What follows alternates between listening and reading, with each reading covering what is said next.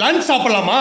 லாய் இங்க வந்துட்டு பாஸ்மதி ரைஸ், இங்க வந்துட்டு நேத்தி வச்ச ஃபிஷ் கறி, இங்க ஃபிஷ் ஃப்ரை, இங்க வந்துட்டு பிளாக் நைட் ஷேட் லென்தல் ஸ்டூ, ஐஸ்ட் காஃபி.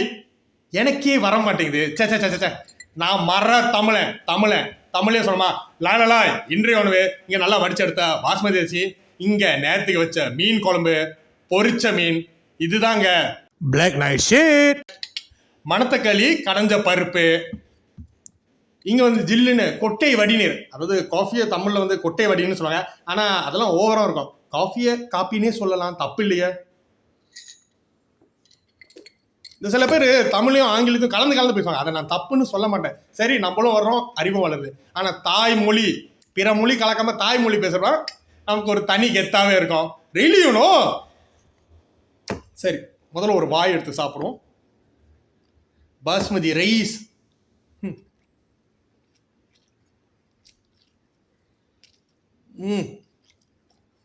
பொரிச்ச மீன் சும்மா தகன்னு இருக்குங்க. அதாவது 10 வார்த்தையில ஒரு 4-5 வார்த்தை ஆங்கிலம் கலந்தா பரவாயில்ல. நம்ம தமிழோட அடையாளம் அந்த அளவுக்கு இருக்கு, காண போகுது. ஆனா 10 வார்த்தையில ஒத்த வார்த்தை தமிழ் வார்த்தைனா அது செத்த மொழியாயிடும். என் மொழியை நான் தான் வளர்க்கணும். தமிழை வளர்க்கும் சொன்னா மட்டும் பார்த்துட்டு அடிப்படை உணவையும் தமிழ்லயே பேச கத்துங்க, சொல்லவும் கத்துங்க. சரியா?